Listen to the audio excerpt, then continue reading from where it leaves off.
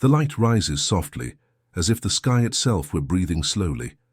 A sacred stillness hangs in the air, not an empty quiet, but the kind that comes before deep revelations, the kind your heart senses when something is about to change. Picture the scene. The camera glides gently through a simple room washed in golden light, while tiny dust particles drift like illuminated secrets. It's a contemplative moment, almost untouchable, where everything invites you inward. In that quiet space, an ancient question emerges. How can a single phrase transform someone's life forever? Has it ever happened to you? That one word that doesn't just touch you, it rearranges you, awakens you, realigns you. There are words that calm, words that wound, words that inspire, but there are others that feel as if they were whispered straight into your soul by the Creator himself. Jesus understood this. He knew that the right word, spoken at the right moment, could reignite an entire heart. His way of speaking was simple, direct, almost unassuming, yet filled with meaning so deep that it still echoes today. He didn't need long speeches to touch people. Sometimes all it took was a gesture, a look, or 3 words. Words holding silence, strength, and revelation all at once. And there is something fascinating about that. In true spirituality, the greatest transformations almost always begin quietly. Not with grand events, not with spectacular miracles, but with a soft shift inside the consciousness. With a phrase that changes the direction of a thought, and in doing so, the direction of an entire life. That's where our journey begins, because there are 3 words, just 3, that Jesus spoke, holding a power capable of aligning mind, heart, and spirit. 3 words that aren't just understood, they are lived. Whoever truly hears them never lives the same again. Whoever lets them in opens inner doors that have been locked for years. And maybe that's what you're searching for today. A realignment that makes sense. An answer that brings peace. A path that brings clarity back to what was once cloudy. Not a magic solution, but a quiet shift within that slowly transforms everything. But before we reveal these words, we must open a path. And that path begins with a story. The story of someone who searched for answers in silence, just like many of us.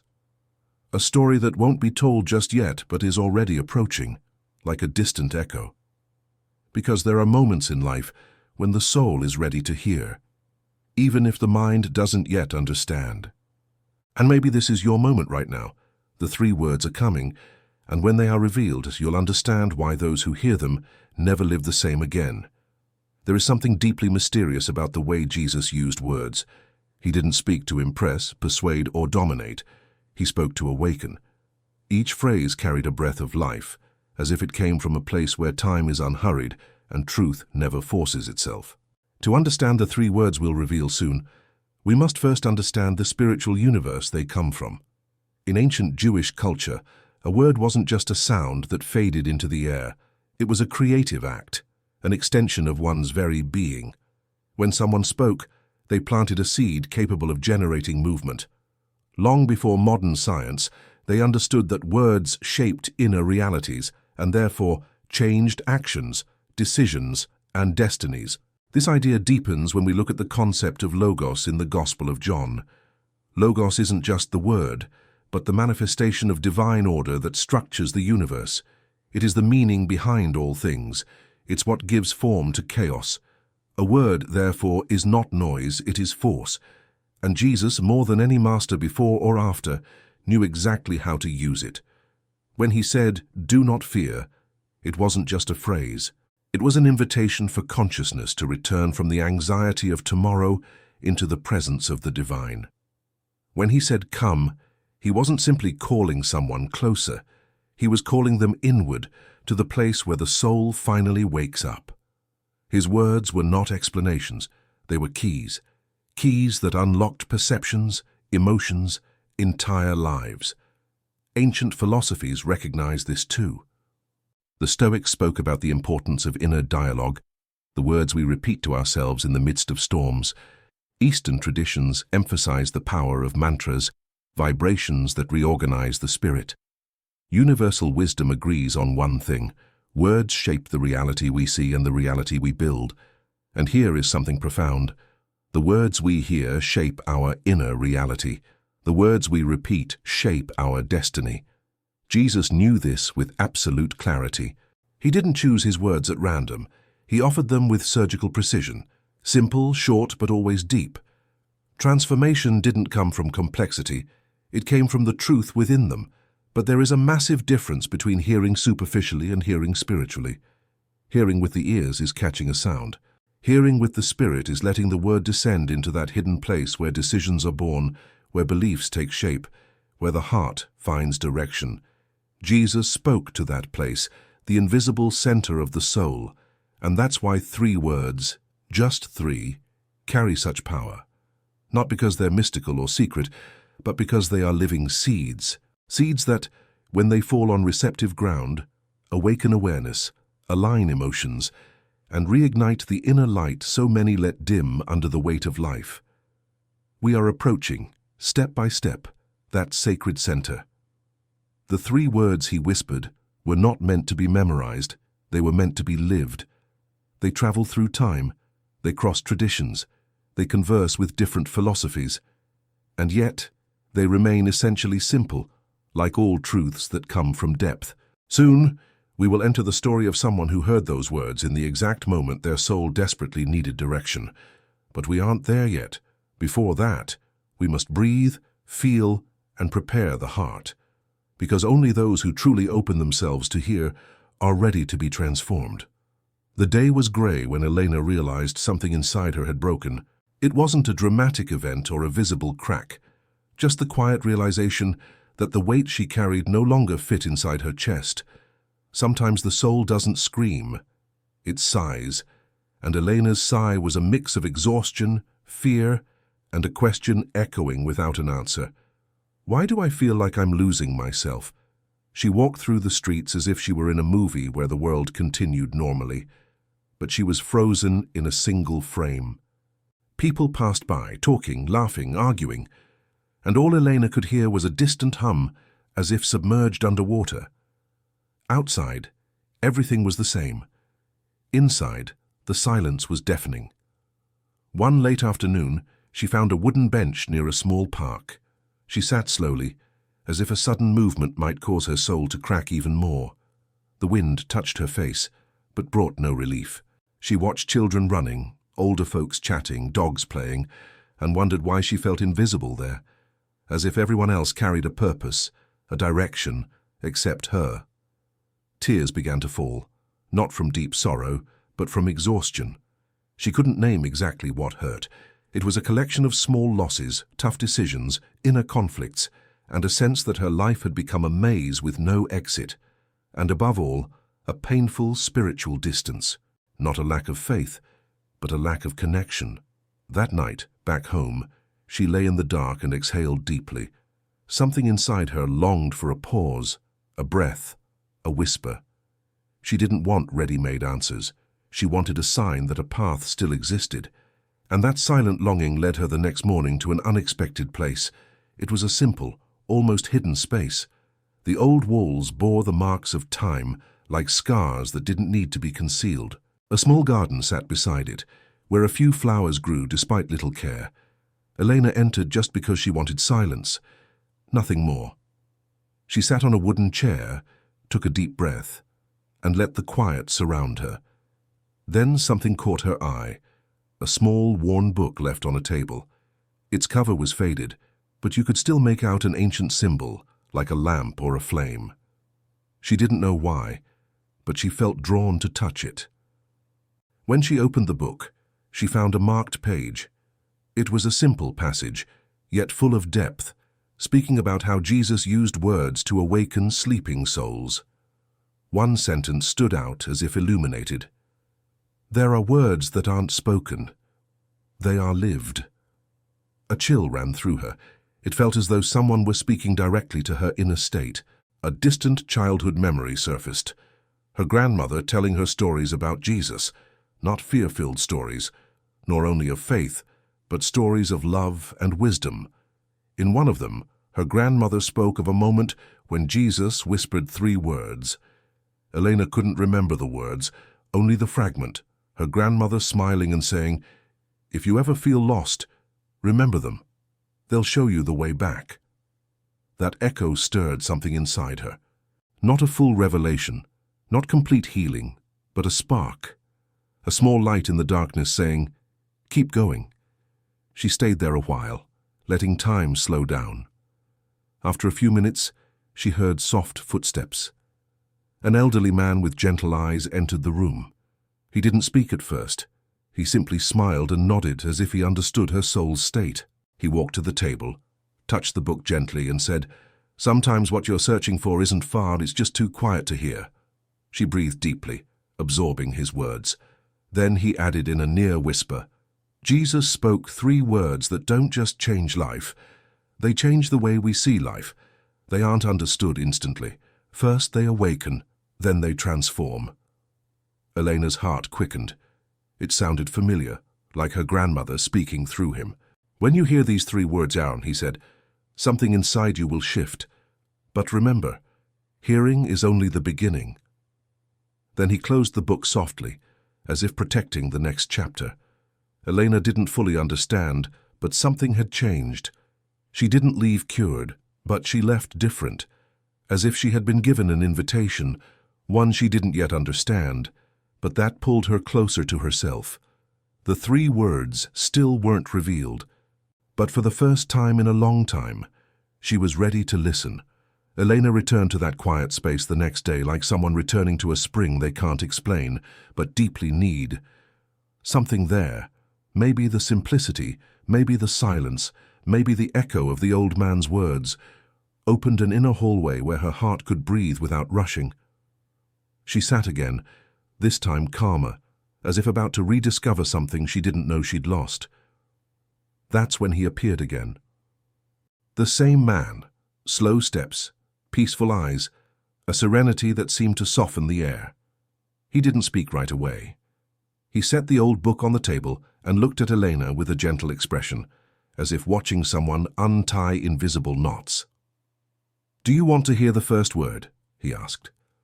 Elena hesitated for a heartbeat. Part of her wanted quick answers, a clear direction, a definite solution. But another part, the part that had awakened when she touched the book, knew this wouldn't be just an answer, but a path, and paths require willingness. She nodded. The man took a slow breath, as if tuning himself to something greater than the both of them. Then he leaned closer and spoke so softly it felt like a whisper coming from far away. "Presence." The word settled in the air like a beam of light through an old window. Simple, small, almost obvious, yet so deep she felt her whole body respond. It wasn't a word you understand instantly. It's a word that unfolds within you. He continued, "Presence isn't being somewhere. It's being in yourself. It's when you're not lost in the past or drowning in the future. It's when you notice what you feel before reacting, and observe what you think before believing it." He walked slowly around the room, letting the word echo. Jesus called people to presence constantly. When he said, "Do not fear," he wasn't chasing away tomorrow's worries. He was bringing the person back into the now. When he said, "Come," he was inviting them into the present moment, where truth lives. To him, the present was where God touches the soul. Elena let the words sink in. She realized that for months, maybe years, she hadn't been present. She'd been ahead of herself, worrying about what might happen, imagining scenarios, creating tension, or stuck in what had already happened, replaying pain, carrying guilt that had no use. She was in the world, but not in herself. The man placed his hand gently on the book. Presence is awakened awareness. It's noticing yourself without judgment. It's being where your feet are. It's hearing your breath, feeling the air, sensing your thoughts, and choosing not to be pulled by them. Then he fell silent. A deep silence, not uncomfortable, but full. A silence that said more than any long explanation could. Elena closed her eyes. She simply tried to feel her own body, the space around her, the rhythm of her breath. Her mind tried to make noise, as it always does, pulling worries, thoughts, memories. But for the first time, She noticed the noise without being dragged by it. It was like a small opening inside her, a thin light, soft but real. "That is presence," he said, noticing the shift in her expression. "It's not stopping your thoughts. It's realizing you aren't your thoughts." A wave of calm washed over her. Not complete, not final, but a beginning. She heard the soft wind, smelled the old wood, felt the slight trembling of her hands, and above all, felt that she was there, truly there. Jesus did this with people. He brought them back to where they really were, into the present, where grace happens, where the heart recalibrates, where the soul can finally hear what's been whispering for years. Elena opened her eyes and saw the world almost new, not because everything changed, but because she had stopped running from the moment she was at last where her feet were. "Presence," she whispered. The man smiled. "That's the first word. Without it, you lose yourself. With it, you return. Keep coming back whenever your mind drags you away. Presence is the doorway. The other words only make sense once this one opens." She left with slow steps and a new awareness forming inside her. Not a full transformation, just a clear beginning. The kind of beginning that hears the heart saying, "Keep going." And that night, as she lay down, Elena felt something she hadn't in years. She was there, not lost in yesterday, not anxious about tomorrow. She was present, and that presence is so simple yet so deep, was already changing everything. The next day arrived with a softer light, as if the sky had woken up more gently. Eleanor walked back to the quiet space where she'd heard the first word. Something inside her pulled her there, not out of obligation, but out of that silent inner need the soul feels when it begins to wake after a long sleep. When she entered, the elderly man was sitting by the window watching the leaves sway outside. He seemed so attuned to a delicate peace that Elena didn't fully understand yet, but longed for. He turned, smiled with that same quiet gentleness, and motioned for her to come closer. "I see you've returned," he said softly, "and that says a lot." Elena smiled. "Presence made a difference." He nodded. "The first word opens the eyes. The second opens the heart." A chill ran through her. Something inside her sensed that the next step would go deeper, maybe even stir what she had tried to avoid. The man stood slowly, walked to the table where the old book rested, and placed his hand over it with reverence. "Are you ready to hear it?" he asked. She took a breath. She was, though she didn't know for what. Then he spoke the word, with the same calm that defines eternal truths. "Surrender." The word didn't fall into the room, it fell into her. Not like a burden, but like a truth that doesn't need explaining. Only living. "Surrender isn't giving up," he said, reading her expression. "Surrender is releasing what keeps you tied to what no longer serves you. It's stopping the fight against what isn't in your hands. It's trusting what you can't control. And trust is not passivity. It's freedom." He stepped into the center of the room, as if shaping the idea with his presence. Jesus taught that the light burden begins with inner surrender. When he said, "My yoke is easy," he showed that what weighs us down rarely comes from God. It comes from our resistance, our attachment, our fear of letting go. His words pierced memories, moments where Elena tried to control everything, hold on to things that were already falling apart, carry responsibilities that were never hers. She had been grasping ropes that only cut deeper the tighter she held them.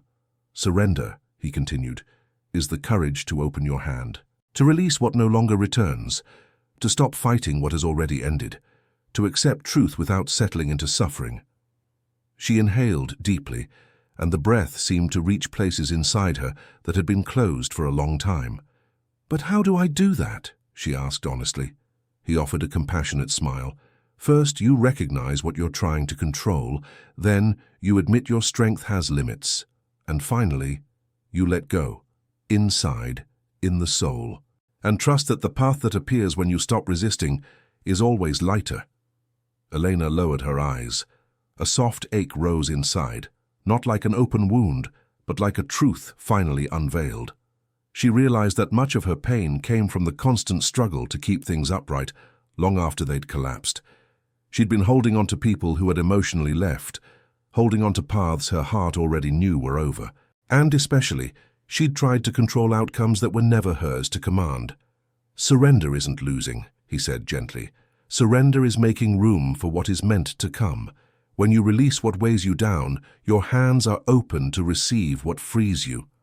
The sentence struck her deeply. Elena closed her eyes. For the first time, she allowed herself to admit something. There were things she couldn't carry anymore. Expectations she needed to set down. Guilt she needed to let fall. Old dreams she needed to return to silence. And wounds that would only heal when she stopped feeding them.